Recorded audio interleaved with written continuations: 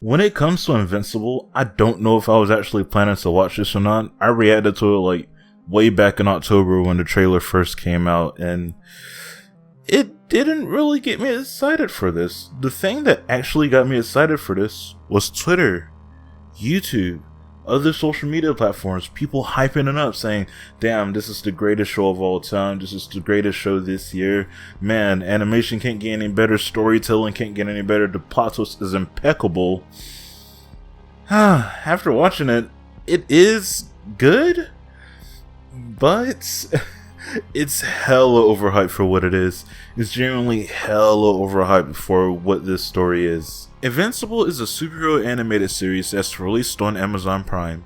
It is based off the comic book series of the same name that was released from 2003 until 2018. It has already been renewed for a second and third season. The show follows cool guy Mark as he develops his powers and probably becomes the best superhero ever. Well, we'll get into that later, but the main selling point of this show is that it has a bunch of gore in it. Now it's time to go over Invincible Season 1, explain why I feel that it is overhyped, and if you should watch the second and third season when they come out. Ooh. Go ahead and give it a subscribe. I know you want to. The story itself is interesting to talk about. It starts off with Great Value Justice League coming in to save the day from two very bald blue men. Wait a second. Is this the Blue Man Group? Holy shit, I forgot they existed. While they're all fighting and saving people, Omni-Man shows up to help out as well. He's basically the Superman of this universe, except, he doesn't do well in teams. He just is here to help. He doesn't want a team. Teams are bad.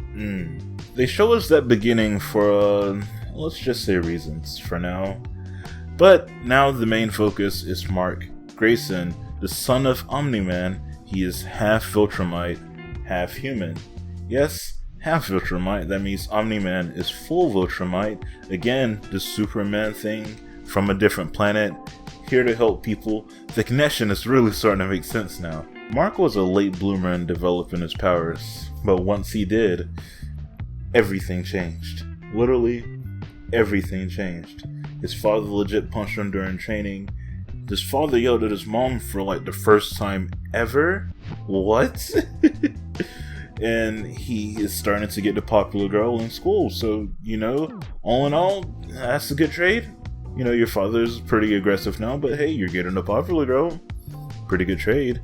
And now, he seems pretty... I'm sorry, I had to do it one time. I had to do it one time because this show does a lot to show you that he's... Okay, that's it. Okay, alright, that's it. I'm not gonna do it again. But his superhero name is... One of the themes throughout this season is that of balance. Balance between his superhero life and his teenage trauma-filled life. Obviously, that isn't the most original thing ever, but I do feel like these characters work well in this situation that they're put in. Characters being William and Amber. William being Mark's gay best friend. I'm honestly very, very glad they didn't over-exaggerate. I'm happy they didn't make his sexuality his only characteristic. I'm just he's just a normal guy. I'm so happy they did that, and it's a normal thing now. But I just wanted to point out I'm happy they didn't over-exaggerate his character to be, look, it's the gay guy. I'm so happy they didn't do that. Amber is Mark's on again, off again girlfriend. Now, I'm very confused, guys. I'm honestly very confused. So before watching Invincible, there were a lot of people, mostly on Twitter, saying they hated Amber. They hated Amber's character. Amber was the worst person in there. How could Amber do something? And I'm like, after watching this, this isn't anything new we've seen in the superhero film either. Like, I don't understand the hate for Amber. I really don't. She's someone that is aware that it's strange for Mark to act interested in her, act like he really wants to be with her, then disappear for 2 hours, multiple hours, and even miss a bunch of plans, like a dinner that they planned with her mom, meeting her mom for the first time. Like, that's a big deal. Like, it makes sense why it's fine for her to be an independent character that doesn't take this type of behavior from somebody. It's totally fine. In fact, I think that makes her better than most of the female, characters that the protagonists are normally interested in superhero films. Because they just act like they're two different people and they don't ask where the person be for like X amount of time, and they just act oblivious to all of that. I do not understand the hate for Amber. I'm going to go down in history as the guy who stood up for Amber because I don't understand the hate for her. I'm gonna pull this card. Unless it's just because she's black. If that's the only reason, please genuinely leave. Genuinely fucking leave, mate. Genuinely. If it wasn't for her, we'd see him basically be a superhero nonstop. Like, forget about every other person there, maybe besides William. We'd just see him do superhero stuff. So her character is literally there to keep him grounded on Earth. Literally, she is the thing that keeps him human and doesn't just let this superhero thing take over his life. I don't understand the hate for her. I really don't, but let's keep going. I've made my points enough. At the end of the first episode is where the overarching story and actually most interesting part about this show kicks in. Yes, I really love my teen drama. I really do. But murder mystery? Yes, please. I'm 100% down for that. We get a glimpse of all of the Guardians doing like normal human everyday lives. And as they're doing that, an emergency beeper comes on and sends all of them to HQ. Thinking that it's a mega emergency, they all head over there as quickly as they can, wondering which one of them sent the emergency signal. But they come quickly to find out that none of them did. And that's when... Is it bad? Huh?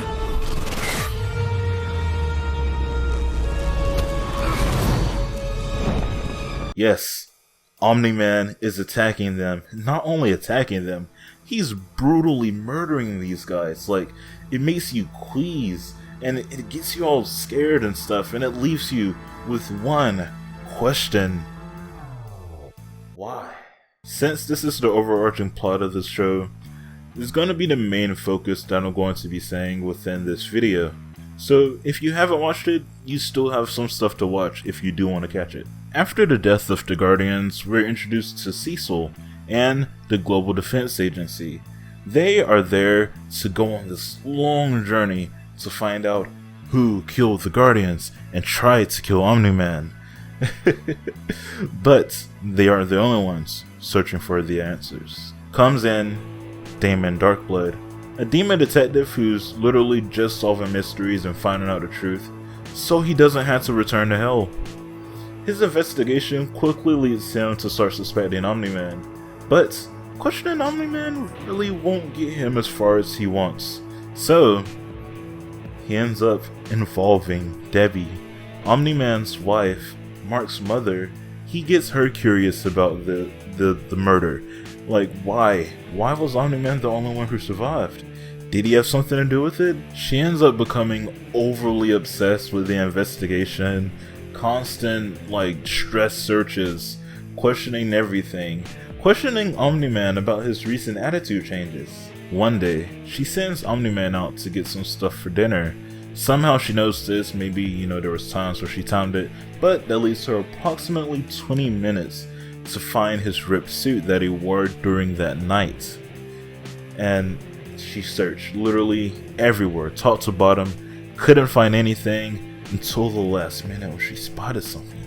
At the top of some cupboard, there it is, a bag with the ripped suit in there. Oh my gosh, she finally found it, but oh no, Omni-Man's back now. She has no time to look in it. Oh my god. I'm I'm genuinely a sucker for these murder mysteries and like intense villains and situations like this.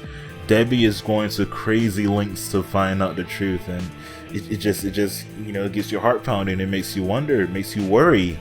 Like, once Omni-Man finds her, if Omni-Man finds her, like, I don't know what's he gonna do. Is he gonna be like, honey, what are you doing?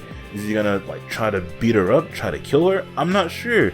There were 2 women in the Guardians of the Globe, 2 women that he brutally murdered. So that's completely on the table for him to do. Oh my god, I'm so scared for Debbie. Omni-Man's presence gives off this like Madara, Sephiroth, or like even Frieza to an extent type of aura. Like, it's this aura where anytime he's on screen, you want to get quiet because you know something's gonna happen that moves the plot forward. Whether if it's something cryptic that he says, something that he does, or I don't know. And like, you never know what he's gonna do because at this point you just think the man's crazy. You just think he's crazy because you don't know what plans or thoughts are going through his head, and it's just super interesting.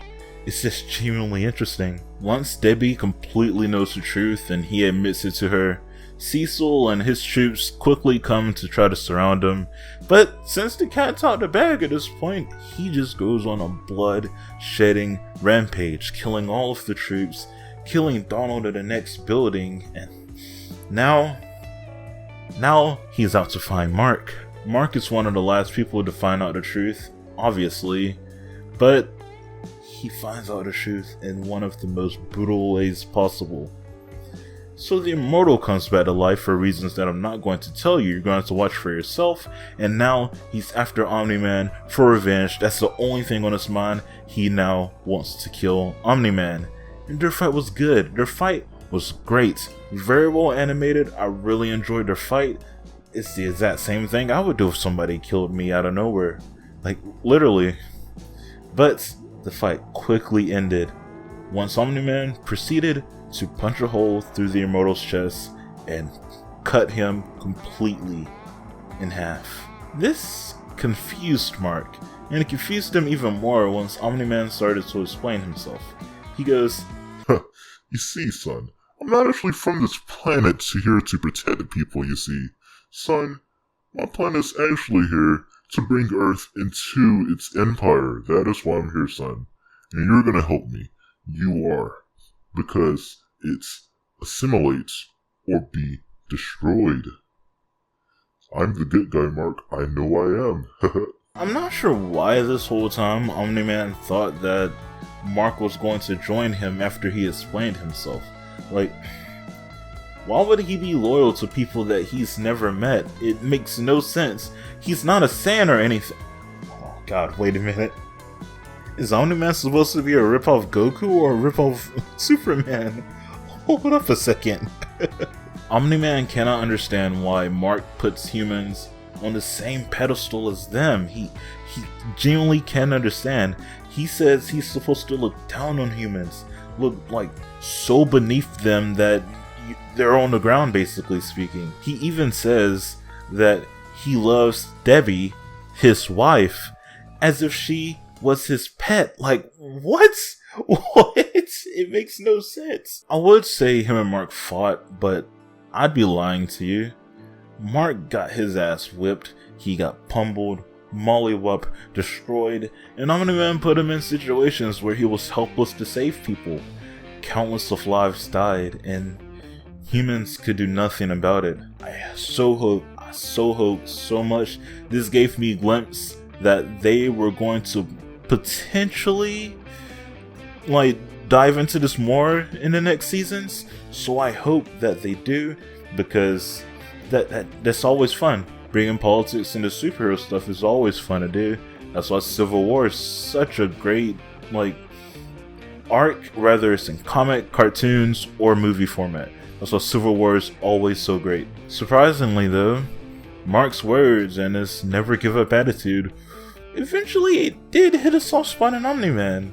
And not enough to make him change his ways, but enough to make him fly away and potentially come back another time. It was also said, if a Viltrumite leaves their post, the whole Empire is probably gonna come there, so maybe it would have been better for Omni-Man just to take it over still. I don't know. But, you know, it's kind of nice. Oh, you do love your son. These last few episodes have me completely sold on next season's spin-off series, anything that this show has to offer for me. Omni-Man is great in his role. Like, he's such a good character in the morally twisted villain side, maybe even potentially an anti-hero later on. And Mark and his never give up attitude, he's the best character of the show. The best character of the show is the only character you follow, really, so he's the only one you can actually fall for, but the best character in the show hands down. And his heart-wrenching "I'd still have you, Dad" thing, it got me. It really got me. I'm so down for this show. I'm so down. Now, most of you are probably at this point wondering to yourself, how is this story overhyped? All this seems so interesting. Well, let's get into it. The coming of age trope of a superhero story has been done countless of times. Even when this came out in 2003, it has been done a multitude of times before this as well. The Guardians of the Globe that died at the beginning, they were all a generic brand Justice League, except for Immortal and the girl that could turn green anyways. Even though she was called like Green Girl or something, which would make you think of Green Lantern. Except for her and Immortal, it's basically Justice League. And I think like it was even stated that they were even inspired by the Justice League. Omni-Man is basically Superman, and there has already been a good handful of stories where Superman turns evil or Zod was sent to Earth instead of Kal-El, and I didn't even think of it before I said it earlier, but even Sans from Dragon Ball Z had a similar structure to go to different planets and conquer them for the Empire. Overall, the genericisms brought the story down a bit for me. While the overarching plot is good, some of the things that I didn't talk about felt a bit lacking. More specifically with the new Guardians of the Globe. Mark is probably the most interesting character to me. Around my age range, has friend/relationship issues he always has to deal with, and his character is learning that there is more that goes on in this world. No, the galaxy, than there is that just goes on around him. The thing that really makes the show stand out from all of the rest of the superhero shows and films is that it doesn't hold back with the blood, gore, and guts, and whatever else they want to show you that comes out of a human body. It's good, don't get me wrong, it just could have more things that make it stand out than just, it has gore. When it comes to if you should watch the show or not, I would say yes. There's nothing wrong with this show. Following the story of Mark and the investigation of the Guardian's murder is really interesting and had me tense at times. I figure I know what season 2 will be about, but I have no idea what season 3 will be about, and I'm not going to look into the comments to look ahead, and please don't spoil me on anything if you have read the comics, but I am interested in how the characters are going to turn out, or how they are from their comic book counterparts. But yeah, that's basically it, guys. I really hope you enjoyed this. Invincible is honestly a really good watch. Watch it if you haven't. I had a fun time watching it. Like, it was nice. That's as much as I can say. I do think it was overhyped though. While it is a good watch, it is super overhyped. Like, people have said the greatest show of all time, the greatest show of this year. Like, there's been better shows, but you know, that might just be based off of opinions. Again, it obviously is based off of opinions, but yeah, that's it. Tell me what you think about it in the comments down below. Like, comment, subscribe, yada yada yada. I'll get back to you guys as soon as I can. Goodbye.